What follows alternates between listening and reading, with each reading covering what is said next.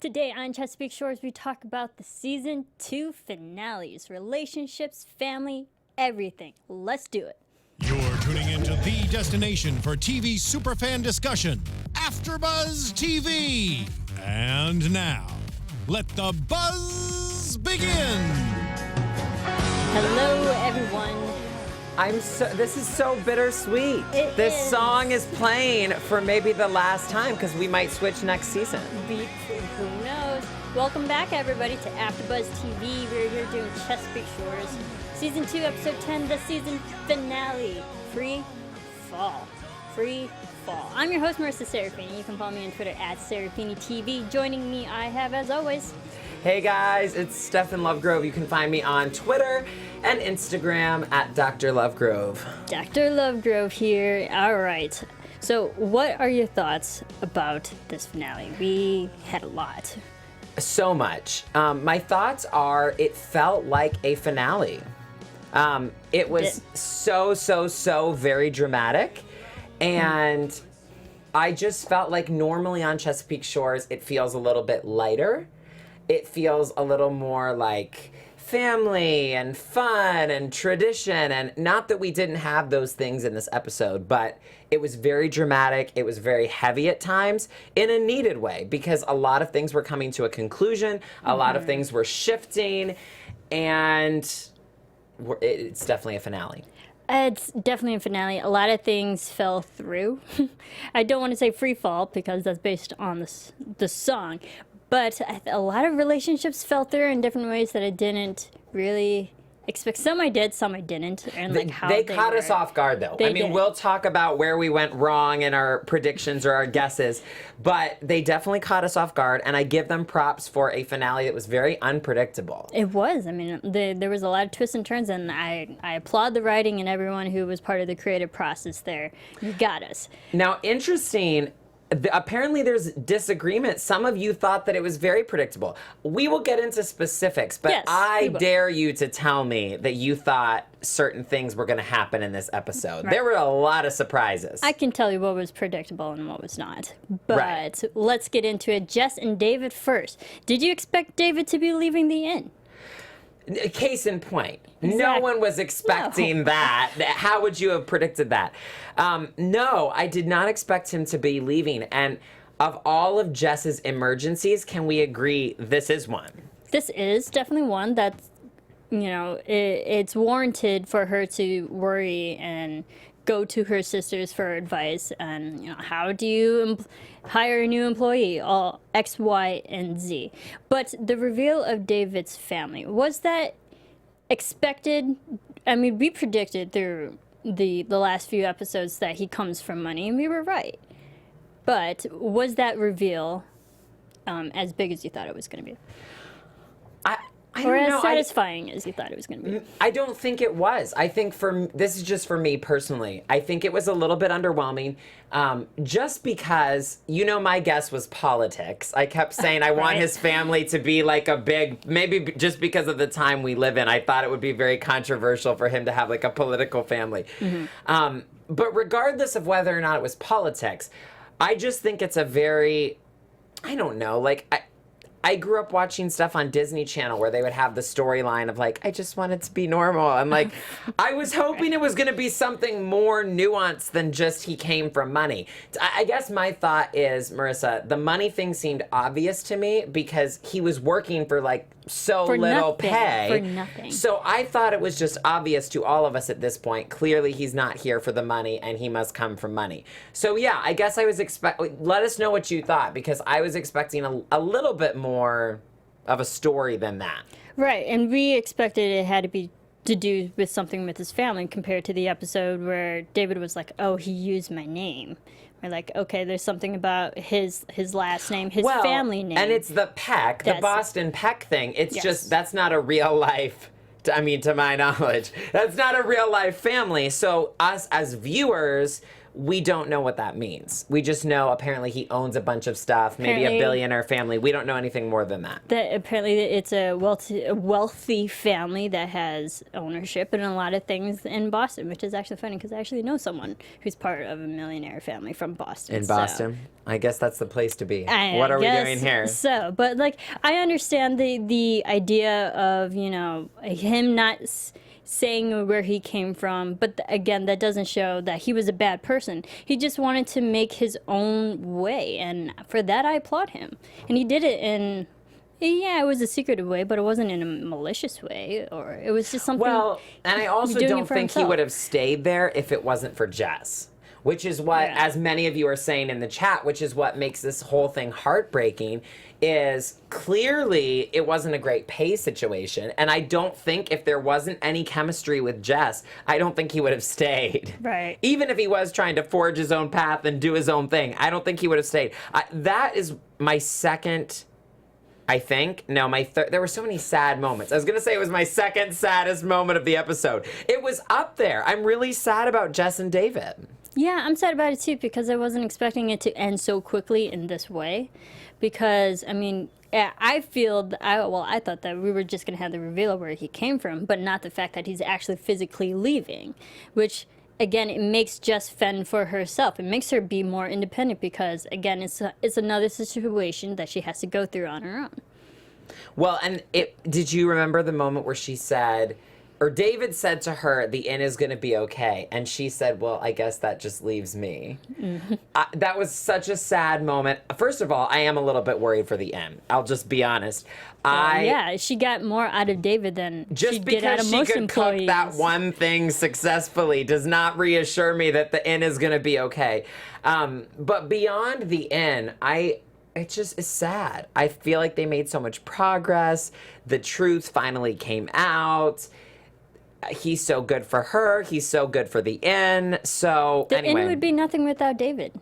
I know. And let's be real. Jess cannot Do take over for everything his on her responsibilities. And I guess this is the inner entrepreneur in me, since we've identified there's such an entrepreneurial family. How is she going to find in the budget all these things she has to hire now if she's barely paying one person who's like Superman? Right. I do worry for the inn. I worry for the inn, and more so for Jess. Agree with you on that, Trisha. Yep, but again, that's just another thing that Jess is going to have to figure out on her own. I mean, she's already in big debt with I the know. bank, just Good reminder of starting that. this whole business. So it's something she's going to have to figure out. I think she can help her. This could go into prediction territories that the family gets involved in some way. Like the family. How could they not? Yeah, the we family know the O'Briens. picks They up will the get slack, involved. does the contracting, does all the handiwork that they need. We know Mick and Trace can help, and yeah, she's just going to turn towards the family for the help, and they're going to help her. So I think she's actually going to be fine. I do think it's a safe prediction that the family will get involved. Maybe David gets to come back. We're already in way predictions territory for another season. We and are. Yes, Jordan, I am being optimistic that there is going to be a season 3. I truly Yeah. cannot imagine why with these ratings they would not. Yeah, So. absolutely. And we'll get more to that later on. Let's talk about Bri and Simon. Did you expect Bri to call it off of Simon? I didn't. This is okay. I can't talk right now because I have so many feelings about this episode. We're all emotional right now. Well, and this is where my what do I want to happen territory is mixed up with predictions. What actually happened? Because she seemed very upset at the end of last episode. And remember, we talked, and Kirsten was with us via Skype, and we were. Yes. By the way, if any of you missed it and you're loyal viewers of the show, go back and watch. So much Fantastic insight from her. episode. Yes. But we were talking about, can Bri forgive Simon and overlook this? I thought yes, and that didn't happen. Because she would just be so happy that Yeah. for her success and whatever, that she would realize it was a kind gesture. So I did not expect it to be at this extreme. I knew she was going to be upset and she might not get over it right away. I was completely thrown off with this storyline in her head that Simon is another Martin. That is so weird to me. I mean, but I also, it's first of all, that's unfair to Simon because, in fairness, I know. he is a completely different person. But I do, unfortunately, understand the argument. Like, that's what Martin did to me. He made decisions about my career without my knowledge. And, like, so I understand that mentality that Simon kind of did the same thing to her. Made decisions about her career on her own without her knowledge. Like, I get that. But here's my thing. There's a difference between Martin essentially exploiting her work and turning it into something that it wasn't versus Simon saying, actually, what you wrote is so good and so brilliant, and I want to put this in somebody's hands who can really put it out there to the world. I don't know. I just, that seemed out of left field to me because he doesn't remind me of Martin at all. Yeah. And go back to England is harsh. That was terrible. I was like, no, don't go back to England or wherever it is you come from. I did love that line. It was terrible, the way how she, prefaced the whole conversation. I think it was really unfortunate. But I do understand the fact that happened to her in one way, one shape and form, that someone made a decision without her knowledge. Someone else did it again. And there was also that particular line, 7 years in Chicago taught me nothing. Like, if I keep this relationship with you, then 7 years of Chicago with Martin has taught me nothing about. She's protecting herself. I think it was a defense mechanism, and as Christy Payne in the live chat says, Bri keeps pushing people away, and I think that's what Bri did. She got hurt one time by Simon and immediately cut him off. Well, and I wrote down her quote, "We can't get men right," because I think for both... Oh, I feel your pain, girl. For both Bri and Jess, this is a pattern where they think they're bad at relationships, so they end it before they can get hurt. Yep. And the reason I was so happy about Jess and David is I felt like Jess had gotten past the self-sabotage pattern, right? And she had finally given in to the fact that she had feelings for him. So anyway, that is what makes me sad, is I don't think there's some big inherent problem with the O'Brien girls that they just can't do happy relationships. I think there was a lot of potential in Simon. I still think that in the future, if he doesn't follow her advice and go back to England. I think Bri was kind of upset at the fact that she doesn't really have control in this relationship. In relationship, there's a lot of things you can't control. But the idea that Simon gave her manuscript to someone else, now gave her the career pressure that now she has to actually physically write and finish her book. She's now on a professional deadline. It's changing the way of how she was writing, her whole style. When she was writing, it was out of passion, and now, because someone else has the manuscript, now what she's writing is because she's meeting a deadline. It's not out of passion, it's out of obligation. And that's the difference to her writing. I get that from a writing perspective, but from a relationship perspective, this was like strike one. And I just feel for Simon that he didn't even get a second chance. This would have been mess up one, apology number one. And she flaked on him before. It's not like she's been perfect in this relationship. So anyway, I'm heartbroken about both of those. Oh yeah, I'm really bothered by it too. Shoot. I was like, I love Simon. Simon needs to stay. Lisa said it would be pretty hard for Bri to change her mind about Simon now. Well, and that's why I brought up the whole go back to England thing, is that would be one way to get him out of the series, and close the door on a possibility. No, don't close the door on Simon. I don't want to. No, I'm saying apparently in the books there may be other possibilities for Bri, and so loyal readers of the books, fans of the books, want that to happen. I just know I loved Bri and Simon, and I really hope in general that the O'Brien girls can get over this idea that they can't get men right that keeps them sabotaging things. Right. I completely agree. All right. Anything else about Bri and Simon before we move on? I do have one other thing that I remembered just now. Sure. Simon's dynamic with the family was so good. I loved it. So many people would be overwhelmed or scared off by having to sit at a table with the O'Briens. And that's why I don't want to see him kicked out of the picture, is I think that he fits in a humorous way. And I would just love to see Simon more at the O'Brien functions. I agree. I love that family dynamic, because when they were at Sally's and they were all, the siblings were talking to each other, Simon was just there right in the middle of the conversation, completely part of it, all natural. He seemed so right during that, and he even knew like backstory on Jess's and all the work that David's put in and X, Y, and Z. Like, he fits. He's part of that relationship. He's part of that group. And now take him out, shoot. Darn it. Darn it. Well, and you knew my thoughts on, of all the budding relationships, those were like two of my favorites. I know. So, unfortunately, we'll talk about the ones that are not going downhill, but my favorites went downhill in this finale. Yeah, let's talk about one that I've been like rooting for this whole season so far, Kevin and Sarah. Yes. At least yes. that one was not a devastation. No, I loved how this happened. Sarah came back. It was more of a friend zone, but it didn't seem forced. It seemed like, hey, we're doing something. You can help me out here, and it just seemed natural. It's so right. It's just so right, and I'm glad that this one, ironically, all of her relationships that were happening end up breaking off in some shape and form, and this is the one that wasn't happening and is now happening. Are we jumping to that conclusion? We know there was a kiss. Yes, There's still chemistry.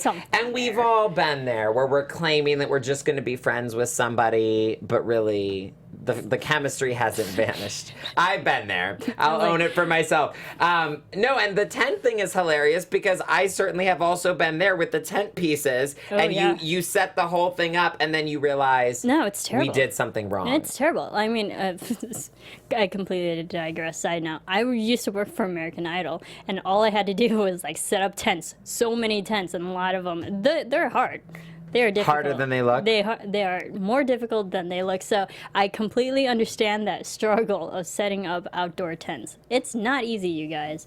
And if anyone put together an IKEA furniture, you know it's not they don't easy. need to try any IKEA projects. Right. If we're hoping that this relationship makes it, I will advise them away from any IKEA furniture. Yes. So I understand that struggle, but I did like the natural relationship that came out of this.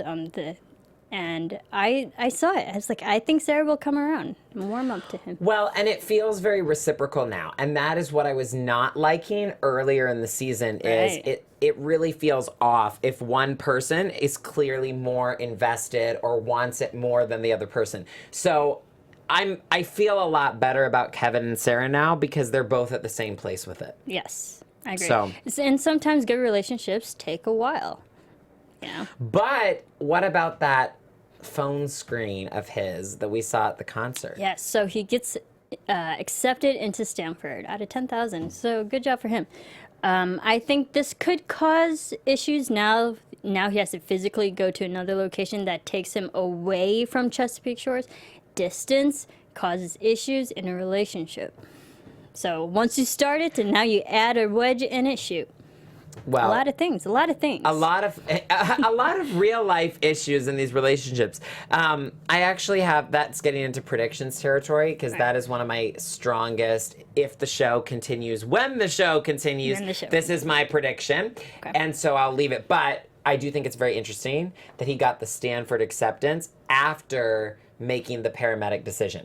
That is so funny to me because isn't that how timing often works in life? That as soon as you like gave up on something you were waiting for and moved on, that's when it happens. So I'm very interested to see what happens with that. It's Murphy's Law.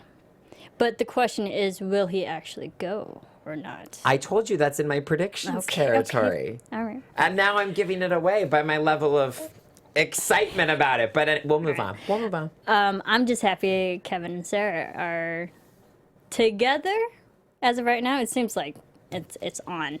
I have it in my notes. It's on. All right, Connor. Well, okay, pause. Are we assuming Jess and David are together then? Because he said that he's breaking up with the N, not her. With the N. I mean, we haven't seen David go away yet. I know. And it's hard to imagine. It is. She's already a stress ball when he's there. I don't know how it would be with distance. Anyway, so I guess technically we could have Kevin and Sarah not technically together and Jess and David still technically together, but it's getting messy. It is getting very messy, very messy. All right, moving on. Let's talk about Connor. Connor, and has a working relationship with his uncle. Now officially accepted the full-time position, so good for him. He did get a job. And in some way I was right, not starting the practice, but working with his uncle in Chesapeake Shores. Good for him. What do you think that this will do to the Mick-Connor dynamic, knowing that he's working for his uncle? So, can we get into the Mick-Thomas conversation on this one? I feel like they all blend together. They do. And there really wasn't a separate Connor storyline. No. I actually was rooting for more moments with Connor and Danielle because I thought she was good for him. And that wasn't a thing in the rest of the season. So it was really Connor, Mick, and Thomas kind of convoluted in a little triangle.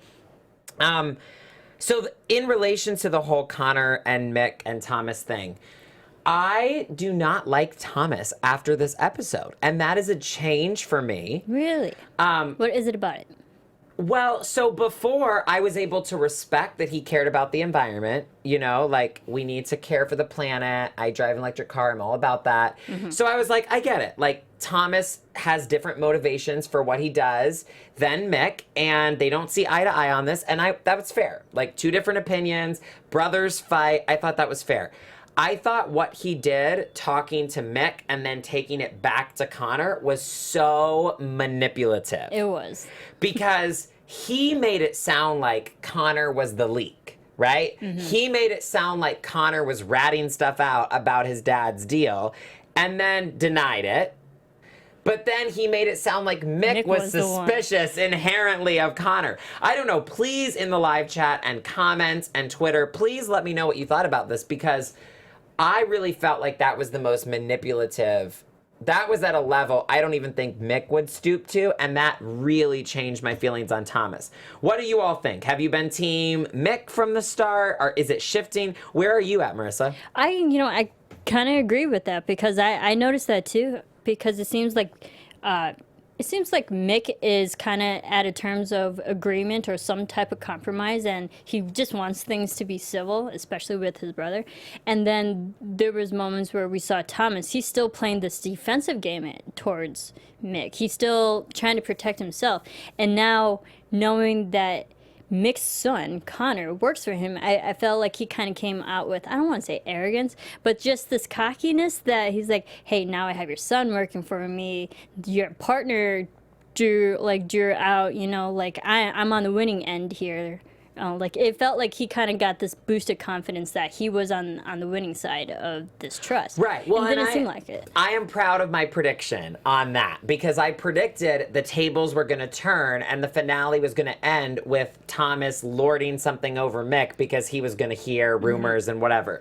And so, yeah, I think that he heard that he had lost the partner. And that gave him a confidence. And that's fine. I'm fine if he has a confidence. I'm fine if he stands for what he believes in. Again, it's family. And I feel like you don't maliciously put a wedge between a father and a son. Mm-hmm. Whether or not you're related to them. You don't put a wedge between people's families. And Jordan said this is what I heard, yes. Thought he was making it sound like Connor was the leak. Exactly. It sounded like he was trying to make it sound one way, so then Mick would get suspicious, so then he could use it against Mick. And then Connor was like, I can't believe my dad thought that I was the leak, So, he was turning Mick against his own son. So, again, I think it's this defensive game that Thomas has to make him win. A manipulative game in a way, because I think he thought for once he was having the upper grounds on this. Now knowing that Mick has now paired up with Douglas, what do you think Douglas will do? Because he asked Mick that one question, you really want to do this for your against your brother? Are you sure about this? And Mick was like, yes, I'm sure. He hesitated, but he ultimately said, yes, I'm sure I still want to do this.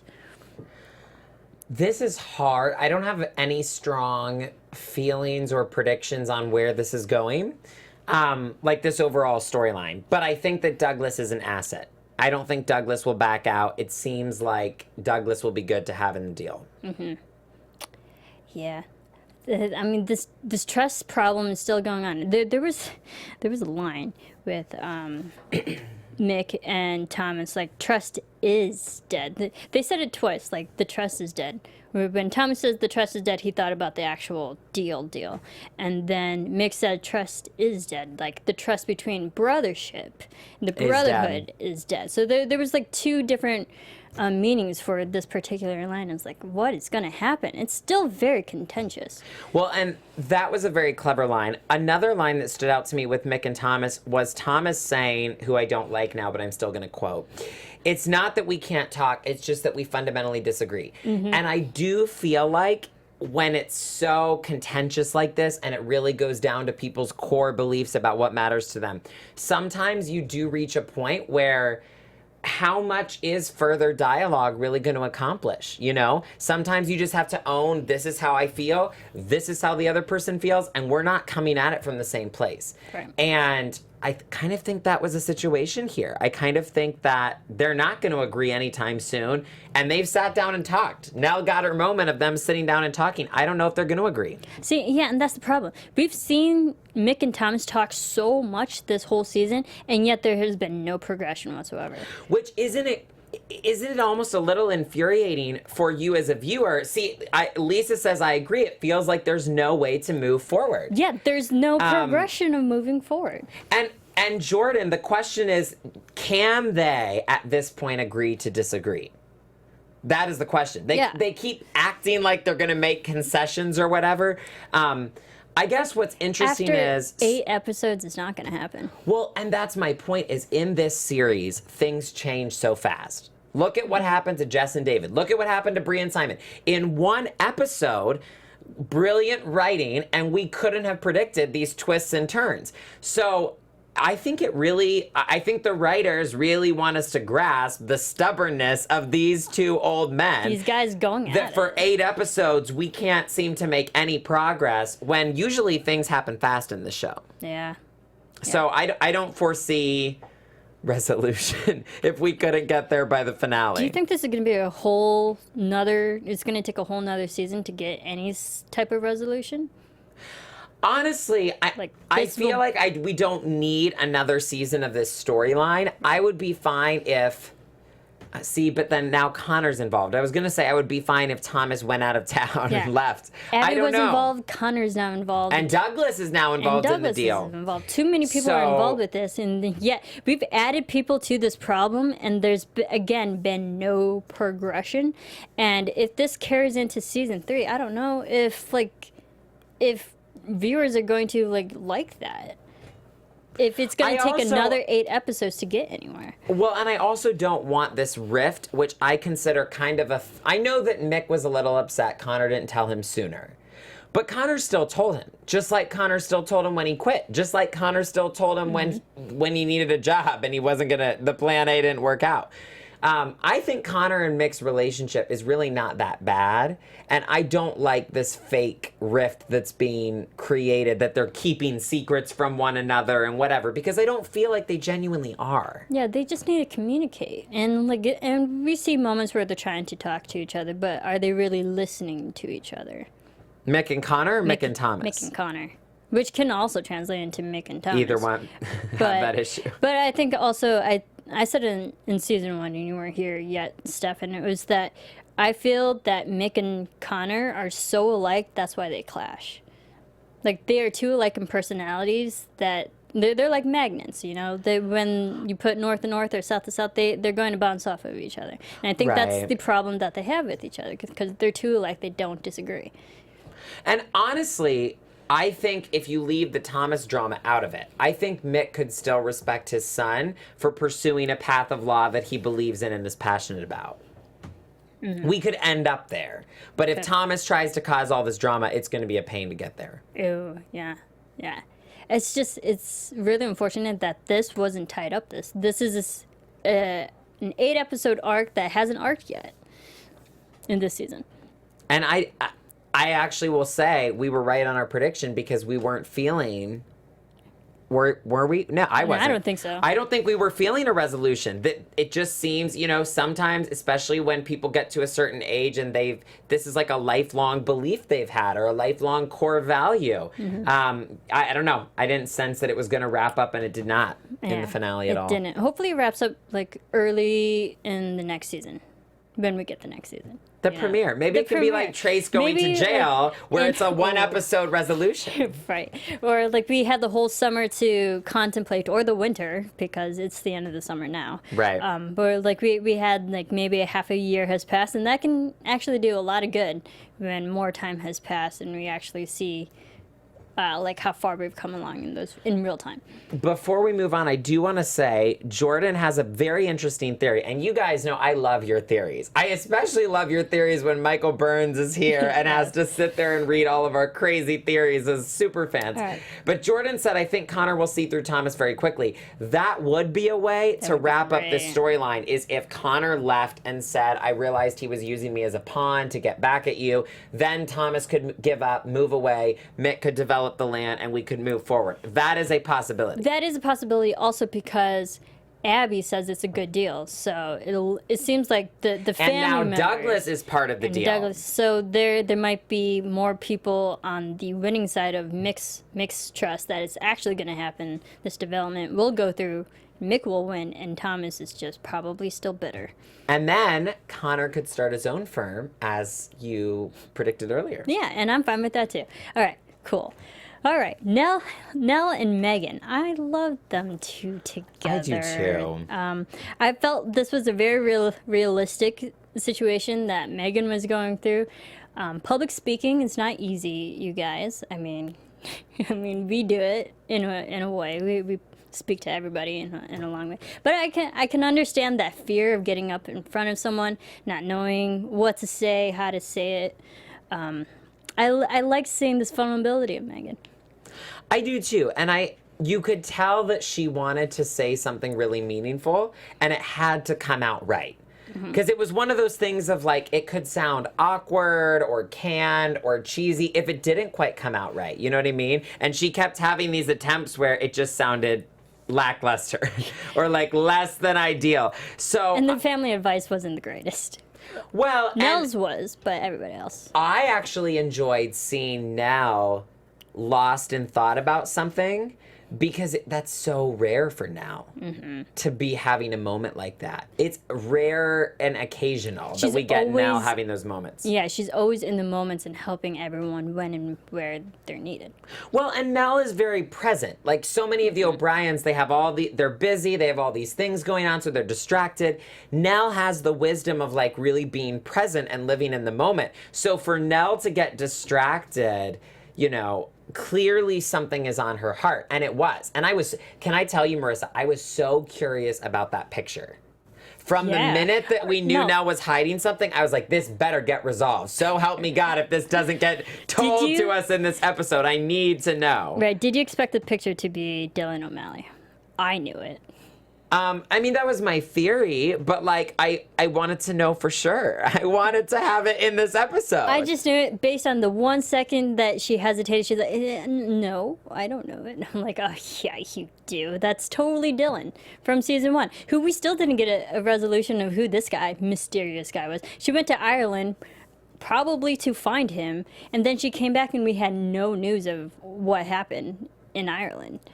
So no news of Dylan that she so-called went to go right. quote unquote look for. It was a loose thread, but we did have him in the show, right? It's only been mentioned. We saw the ring in season 1. No, that's what I mean. There's no actor, but he has been mentioned. Yes, he's been mentioned. Because Lisa's saying Dylan O'Malley is a character in the book, but I'm saying we know the name from the show. For those of us just watching the series, in the show. But this is also another character storyline that's been going from season 1 that still hasn't been fully resolved yet. That would be a wonderful season 3 storyline. I did like the theme of the biggest regrets, and it seems like Nell's biggest regret was not telling Dylan O'Malley how she really felt, because she was imparting her wisdom onto Megan's like, say what you feel and say it to the people who you love, and because she obviously didn't take her own advice and told Dylan when she was younger. And that pain of regret is so hard. It is. It's so, honestly, as much as rejection is no fun, it's better, I feel like, to get rejected than to wonder. And it's sobering to sit there and watch at Nell's age that this is still a regret of her life that she didn't tell somebody how she felt when she had the chance. I thought that was really thought-provoking. I thought so too, and I like that even Nell had relationship issues. It's kind of comforting, knowing like the most wisest people in your family like still comes from pain themselves, and they've gone through it too.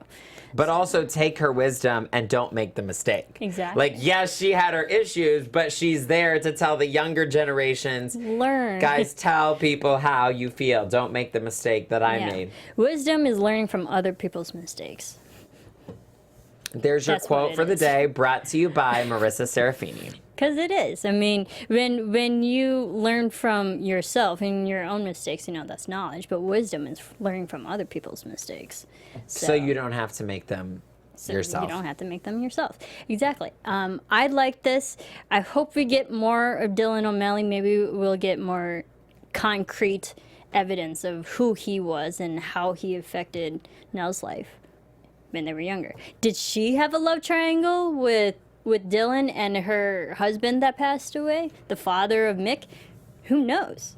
I want more backstory, and our live chat is going crazy with actor suggestions for who could play Dylan O'Malley. Ooh. But yes, I definitely want backstory. I would love for this story to unfold, and I love Nell. I'm fascinated by Nell anyway, so I want to know it all. Yeah, I liked how Megan did get the help that she needed, and she stood up there, she introduced the crowd, and she seemed like totally fine. I was like, Barbara having issues with public speaking, I find that very ironic.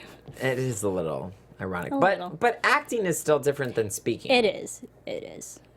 But I did like it was a moment, and it showed like just how ingrained Megan now is and how important she is to Chesapeake Shores. Putting on a fair, like she's putting her roots down. She now is a big finding, or like a big part of the community.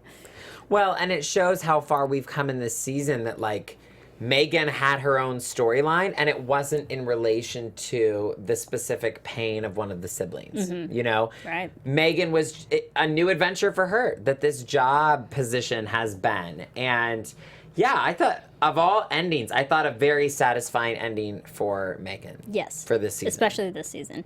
I feel like the siblings are, and the children, who are the same people, I feel that they're in a better place with Megan. Not everything is fully resolved, but all of them are in a better place with Megan at the end of this season. Than where we started. It's all growth, yeah. Yes. Absolutely. There's progression there, so kudos to that. All right, let's get to the meat and potatoes. Abby and Trace. Ooh, how do we even talk about this? Well, let's talk about Trace and the band. What are That's your a good thoughts on... starting place to ease in. Yes. What are your thoughts on John Rawl? He's just causing issues. Get him out. Get him out. You know what? I'm so sorry, Marissa, but I'm going to disagree with you on that, because only in this sense. Okay. I think it's fair for John to want to get paid. Because something that we've joked about is like, there is this thing in the O'Brien's universe where like they don't work for a while and there's no talk of money or concern of money in Chesapeake Shores. In real life, it's fair for him to be like, this music is great. I love being in the band. I love playing with you guys. But we need to get paid somehow, Trace. I understand that argument, but it was immediately followed up with a very, very insensitive comment. Like, I don't see Trace making any sacrifices. We're in his club, we're in Chesapeake Shores. I was like, are you kidding me? He's the one who fought for you. He's the one who paid for your rehabilitation. He's the one who fought for this band to get their own creative rights. He's the one who created this whole club so you guys can perform for free and practice for free. He's the one who's been doing everything. He's the one who started all this and kept it together, and you're saying he's not making sacrifices? Are you kidding me? But don't you think that was the core issue of this episode for Trace coming to a head, which is the only reason they're in Chesapeake Shores is for Abby? And yes, that was a very ungrateful and bad tone way of saying it. Yeah, it but what was getting pushed to the surface is what Mark eventually called him out on, of the only reason you are not taking me up on this is a girl. It has nothing to do with the deal itself. Afraid of leaving something behind or someone. You can't Which, have it all. by the way, did you please tell me you saw Kirsten's tweet about Mark Hall, and did anyone notice that name? Oh, no, I missed it. Sorry. Think about the name Mark Hall. We're going to have a great live on-air moment right now. Did you notice anything about that name? No. It's Hallmark backwards. Oh, interesting. I just smiled so much when I saw Kirsten tweet that, and I was like, I have to see if Marisa knew that. I have to see if you guys at I'm having a home, moment. Chessies, knew that. It's not backwards, it's more inverted, but yeah, Thank you for that word. Yes, Mark Hall and Hallmark. Anyway, I'm glad Mark called him out. That's very witty. I like it. And I disagree with Mark's thought that you can't have it all, because I am like a glass half full person. I like to see the positive, and I like to believe you could find a partner that works with your life. But somebody needed to call Trace out on it, because he wasn't even being honest with himself about his real reluctance with the deal. Yeah, and I'm glad Mark that actually did bring that to the surface. Like, yeah, the only reason why, like, you have everything that you want right in front of you. There's something else that's holding you back. And this is incredible. No. I never expected they would, like, obviously it's not real country singers' names, it's fictitious, right? But in my mind, this is like a Kenny Chesney or a Carrie Underwood tour in 30,000 person arenas. And they're flying first class, and they have a team and a crew doing all the gear for them. Like, that is crazy to pass up and pretend you just don't think it's a good deal. Especially when they broke contract and Mark made accommodations for them. So honestly, talk about John being a little ungrateful. I get that Trace was conflicted, but like, I do think Mark Hall, the inverted Hallmark man himself, I do think he gave them a really good deal in the end. Yeah, I think so too. And I'm surprised that Mark came back and kind of had, I don't want to say redemption, but he's not as bad as a guy as we thought, or like a character. We don't dislike him as much as we did earlier in the season. Like the fact that he was willing to give up some things just to make it work, and he was a compromising man. It's like, that's just good business, and that's being a good businessman. There's a reason why he is successful in the music business, and we see it. And the fact that he seems like a solid person to work for. He laid everything out on the table. That is one of many examples that we can look in the finale and see this came a long way. Yeah. From when he was saying, Trace, I only want you as a solo act, to giving the entire band with, I mean, think about from the beginning of the season with John back in it, the entire band, opening act, arena tour worldwide. I mean, that was an arc of change. A chance. He gave the whole band a chance, and it looks like they're gonna go. Abby is not too thrilled with this. Okay, here's my question.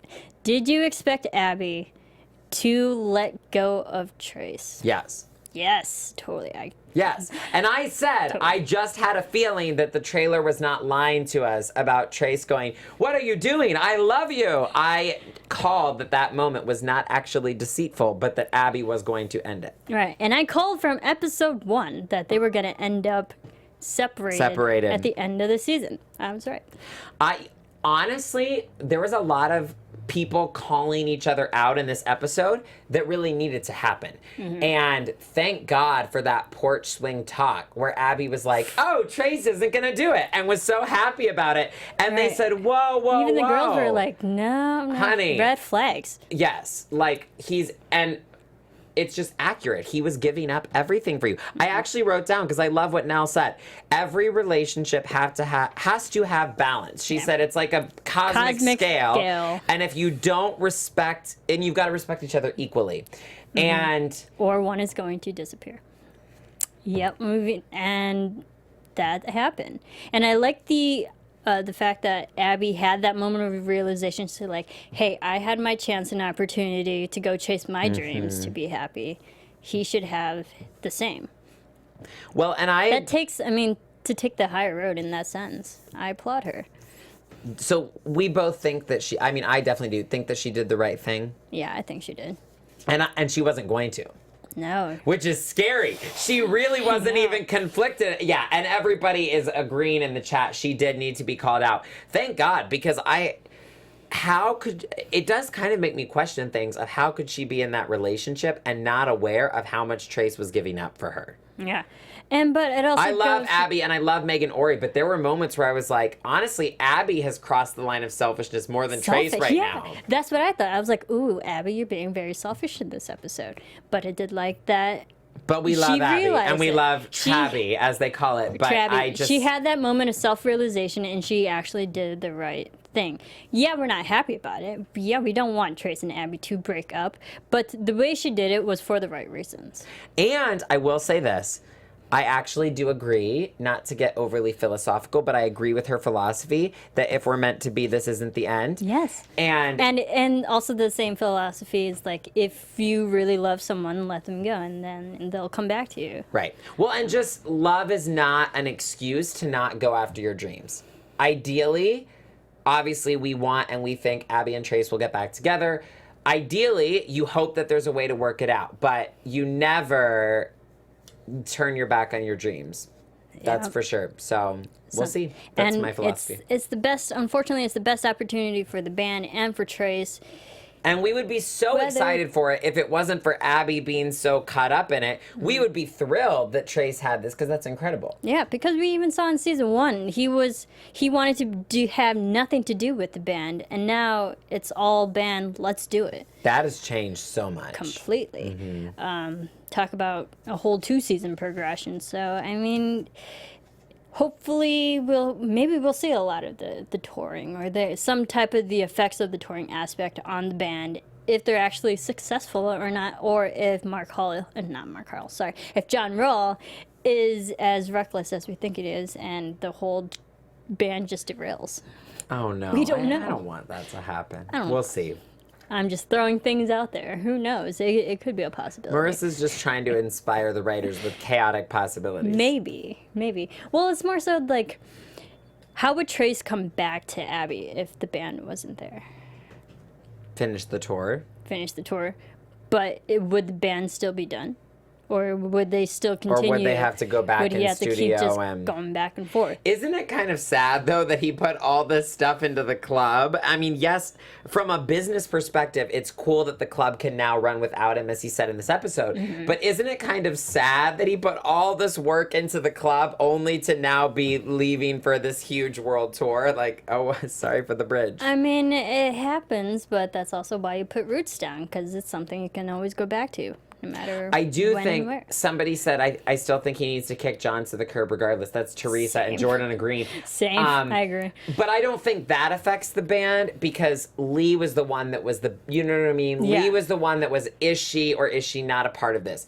Just knowing instruments and musically and whatever, they could get someone to play John's parts. Oh, totally. That's not I mean, he's a good bassist, but what else does he contribute other than a headache? Yikes. Harsh, Marissa. I mean, just being true. All right. Anything else about this episode? Unfortunately, they have broken up. But I don't think it's going to last long, though. To be honest, I don't think I guess my only last comment about this episode specifically is I did think it came to such an epic conclusion. And as many times as we've heard the song Free Fall, it was never more fitting than for that montage. And it really did, besides that they were broken up, it really did make me emotional to go back to the empty warehouse with the lights and just the montage of all the moments they've been through. It was a perfect finale ending. It was. I mean, pull out our heartstrings. Yes, we felt it. This is the heart of TV. It is. All right, let's get to a little bit of news and gossip, shall we? Boom. All right. So. There it is. Okay. So Amelia Ullerup appeared on Home and Family, which is, one of our favorite places. And she talked about, moving when she was younger. Her dad was, like her dad's career would cause them to always travel a lot when she was younger. And so that kind of like translated into her life when she got older and when she made the decision to go into, you know, the acting and the industry. She had that mentality of just like, hey, I can do this and go off on my own. And she talked about it. It was a nice appearance. Go check it out on Hallmark Channel if you missed it. And they also talked about the Ford Warriors in pink and how they... Which I love that being a part of the episode, yeah. Yeah, it was great. And it was also in this episode, too. They had, from 1993, they've garnered over $133 million towards the breast cancer research. So good for Crazy. Ford. Yeah, go to FordCares.com. Ford is great. My current car is a Ford. So they are an amazing company. And what they're doing is just amazing work for breast cancer awareness and research. So... good for them. And Amelia also has a new Christmas movie called Secretly Santa, coming out November 22nd of 2017. So check that out. Really excited. And our other favorite person, Barbara Niven, also has a Christmas movie coming out. She just wrapped up. Really excited for that. And it's called Christmas Evergreen. Photo from the set. She posted a picture from set on Instagram. Her Christmas movie is Christmas and Evergreen. So go check that out when it comes out. I'm really excited for all the Christmas movies. And you guys, I have a very special announcement. I teased it a couple times throughout this season, but this will not be the end of the Hallmark discussion. I will be headlining a new show here at AfterBuzz TV called Happy Hallmarkies. It's a fun title. Is there applause? Sure. I'm applauding. I'm excited, and I need applause for Marisa's new show. This is the reveal of my new show, Happy Hallmarkies. I'm starting a new show that's all Hallmark-centric topics. We'll talk about like the news that happens on a weekly basis from Hallmark. We'll be covering the Christmas movies when they come out. Yeah, I'm going to be reviewing the movies, you guys. It's going to be fun. And look at the beautiful logo. Did you all see the beautiful logo? Thank you. Jordan is cheering. I'm cheering too. Applause from Lori. Applause from Lisa. Yes, the Happy Hallmarkies. This is my new show. I'm really excited to talk about it. Talk all about the Christmas movies. There's so much content for Hallmark that's coming out. It's like a free-for-all. I could talk about the movies. I'm working on getting special guests from the shows. From the movies is going to be great. I'll talk about like book series, and I'll talk about the old content that's been on Hallmark, like old series. Hallmark drama, which came out this month. We need to figure out. There's so much content from Hallmark that I can just cover, and it'll be a fun show all around. So it's also airing Mondays at 5 p.m. So this show is ending, but my new show is starting. So I'm not going anywhere, you guys. The heart of TV continues. And you'll see James's face. You'll see yours. Everyone knows Stephen. You guys know James Latt Jr., my other co-host for my other Hallmark show. It's going to be fun. It's going to be a great show, and I'm really looking forward to it. Because all they do is watch Hallmark, you guys. Hallmark is great. And can I just say, I am so excited that there is finally an AfterBuzz place for Countdown to Christmas discussion. I know. Because I watch it every year like a madman. Never until I met Marisa did I have a place to dish on the Countdown to Christmas movies. So I could not be more thrilled. If you guys knew how much I fought for just a platform to talk about the Christmas movies, you guys, I've had like three meetings about it. I was like, I have to talk about these movies in some shape or form. This is it. I'm going to be talking about the Christmas movies and everything Hallmark. It's going to be fun.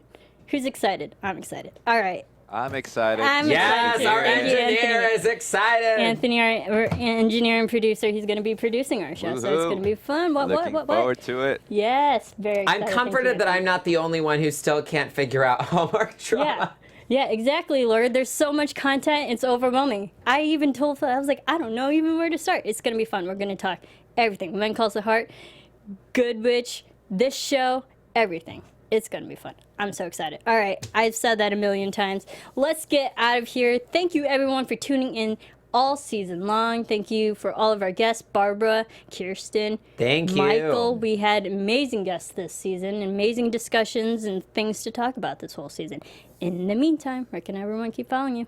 Yes. Please follow me on Twitter and Instagram at Dr. Lovegrove, DrLoveGrove. And please tweet me as you watch Countdown to Christmas, starting in less than a month. I know. You can follow me everywhere at Serafini TV. Follow this show, follow all of our Hallmark shows, follow my new show, Happy Hallmarkies, still at the same time, Mondays at 5 p.m. Pacific Standard Time, 8 p.m. Eastern. I'm not going anywhere. I've trained everyone to watch at this time slot, so yep. This is gonna the be time. now. And this is an all year long show. We don't have to wait till like the next season of whatever new show is. This is an all year thing, so it's gonna be fun.